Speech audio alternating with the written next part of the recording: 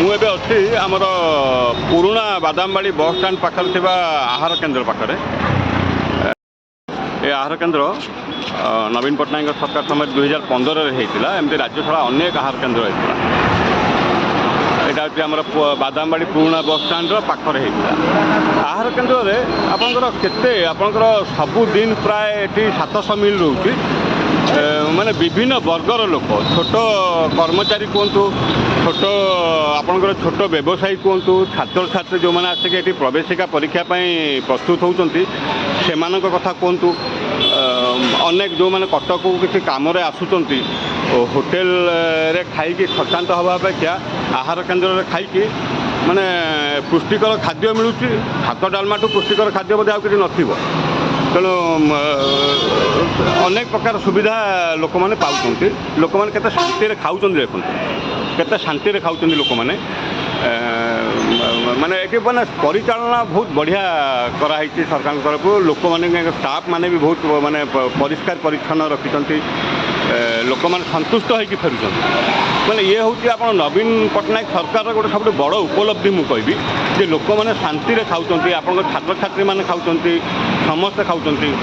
ତ ଏବେ ଯେଉଁ ପରିସ୍ଥିତି ସୃଷ୍ଟି ହେଇଛି ରାଜ୍ୟ କ'ଣ ସମଗ୍ର ଦେଶରେ, ଯେ ଆପଣଙ୍କର ଯେଉଁ ଗ୍ୟାସ୍ କ୍ରାଇସିସ୍ ହେଇଛି, ଆପଣଙ୍କର ମେସ୍ ସବୁ ବହୁତ ପିଲା ବନ୍ଦ କରିଦେଲେଣି, ହୋଟେଲରେ ଦାମ୍ ସବୁ ବଢ଼ିଯାଇଛି, ଲୋକମାନେ ବଡ଼ ହଇରାଣ ହେଉଛନ୍ତି ଏବେ ଖାଇବା ପାଇଁ।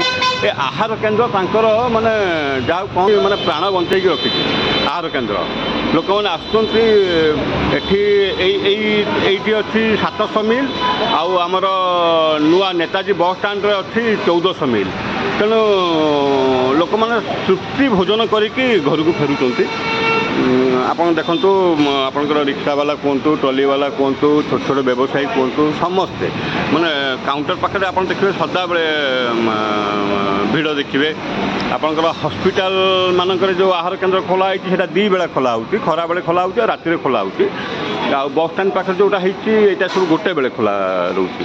କିନ୍ତୁ ଯେତେ ସବୁ ବାହାରୁ ଯାତ୍ରୀମାନେ ହେଇ ଆସୁଛନ୍ତି, ତେଣୁ ସମସ୍ତଙ୍କ ପାଇଁ ଗୋଟେ ମାନେ ନିଶ୍ଚିନ୍ତ ଖାଦ୍ୟ କେନ୍ଦ୍ର କରିକି ଯାଇଥିଲେ ନବୀନ ପଟ୍ଟନାୟକ ସରକାର।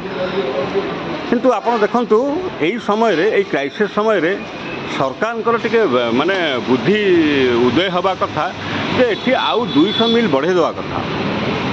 କାହିଁକିନା ଆପଣଙ୍କର ବହୁତ ଗୁଡ଼ାଏ ହଷ୍ଟେଲ, ମେସ୍, ବହୁତ ଗୁଡ଼ାଏ ଯେଉଁଠି ପିଲାମାନେ ସବୁ ରହୁଥିଲେ ସବୁ ବନ୍ଦ ହେଇଯାଇଛି। ତେଣୁ ଏଠି ସରକାର ଆଉ 200-300 ମିଲ୍ ବଢ଼େଇ ଦେଲେ କ୍ଷତି କ'ଣ? ଆଉ ଅନ୍ୟ ଲୋକମାନେ ବି ଯେଉଁମାନେ ହୋଟେଲରେ ସବୁ ହୋଟେଲରେ ଖାଇବା ଦାମ୍ ବଢ଼ିଯାଇଛି। ସବୁ ହୋଟେଲରେ ଖାଇବା ଦାମ୍ ଏବେ ବଢ଼ିଯାଇଛି।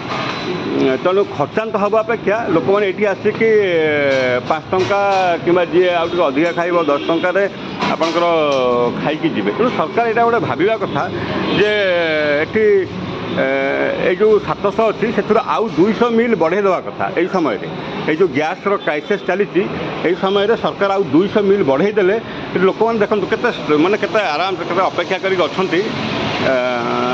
ଗୋଟେ ନିଶ୍ଚିନ୍ତ ଆହାର, ତାଙ୍କୁ ଭଲ ଆହାର ମିଳୁଛି, ନିଶ୍ଚିନ୍ତ ଆହାର ମିଳୁଛି। ଲୋକମାନେ ଖର୍ଚ୍ଚାନ୍ତ ହେଉନାହାନ୍ତି, ପୁଷ୍ଟିକର ଖାଦ୍ୟ ଖାଇକି ଯାଉଛନ୍ତି। ତେଣୁ ଏଇଟା ସରକାର ମୁଖ୍ୟମନ୍ତ୍ରୀଙ୍କୁ ମୁଁ ନିବେଦନ କରିବି ଯେ ମୁଖ୍ୟମନ୍ତ୍ରୀ ଏହା ଉପରେ ଗୋଟେ ଗୁରୁତ୍ୱର ସହ ଆଲୋଚନା କରନ୍ତୁ ଯେ ପ୍ରତ୍ୟେକ ଆହାର କେନ୍ଦ୍ରରେ ଆଉ 200 ମିଲ୍ ବଢ଼େଇ ଦେବା କଥା। ଯେଉଁଥିରେ କି ସମସ୍ତେ ରାଜ୍ୟବାସୀ, ଯେଉଁମାନେ ସବୁ କର୍ମଜୀବୀ ଲୋକ ଅଛନ୍ତି, ଯେଉଁମାନେ ଛୋଟ ବ୍ୟବସାୟୀ ଅଛନ୍ତି, ସମସ୍ତେ ଅନେକ ଉପକୃତ ହେବେ। କିନ୍ତୁ ଆମ ଗଣମାଧ୍ୟମ ଯାହା କରିବା କଥା, ସରକାରଙ୍କୁ ଏଇଭଳିଆ ପରିସ୍ଥିତିରେ ସରକାରଙ୍କୁ ପରାମର୍ଶ ଦେବା କଥା କରୁନାହାନ୍ତି। ଲିକୁ ସାହୁ ଗୋଟେ ଧର୍ମଶାଳାରେ ସିଏ ହେଇଗଲା ମୁଖ୍ୟ ପ୍ରସଙ୍ଗ। ନବୀନ ପଟ୍ଟନାୟକ ସରକାର ସମୟରେ ହଜାର ଆହାର କେନ୍ଦ୍ର ଖୋଲିକି ଲୋକମାନଙ୍କୁ ଦିଆହେଲା। ଏଇ କ୍ରାଇସିସ୍ ସମୟରେ ତାକୁ ଗୁରୁତ୍ୱ ଦେଇକି ତାକୁ ପ୍ରସାରଣ କରିବା, ପରାମର୍ଶ ଦେବା ସେ ନୁହେଁ। ଲିକୁ ସାହୁ ଗୋଟେ ଖୋଲିଦେଲା ଧର୍ମଶାଳାରେ, ତାକୁ ପ୍ରଚାର ପ୍ରସାର କରିକି ମାନେ ଚାଲିଛି। ତେଣୁ ଏଭଳିଆ ଯେଉଁ ଅଛି ଏବେ ଆମର ଗଣମାଧ୍ୟମର ଦାୟିତ୍ୱ ଯେତେବେଳେ ନିଭଉନାହାନ୍ତି, ସେତେବେଳେ ଆପଣଙ୍କୁ ଲୋକ ମିଡ଼ିଆ ଆପଣଙ୍କ କଥା କହିବ।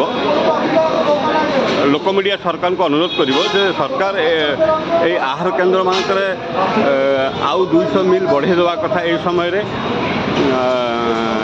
नवीन पट्टनायक जे सब क्रेडिट नहीं जिबे से कथा सरकार मनर पोछि दियंतु से कथा सरकार मनर पोछि दे कि सरकार लोक स्वार्थ निष्पत्ति नियंतु लोक स्वार्थ निष्पत्ति नवा कथा कि लोक माने केमती उपकृत हेतु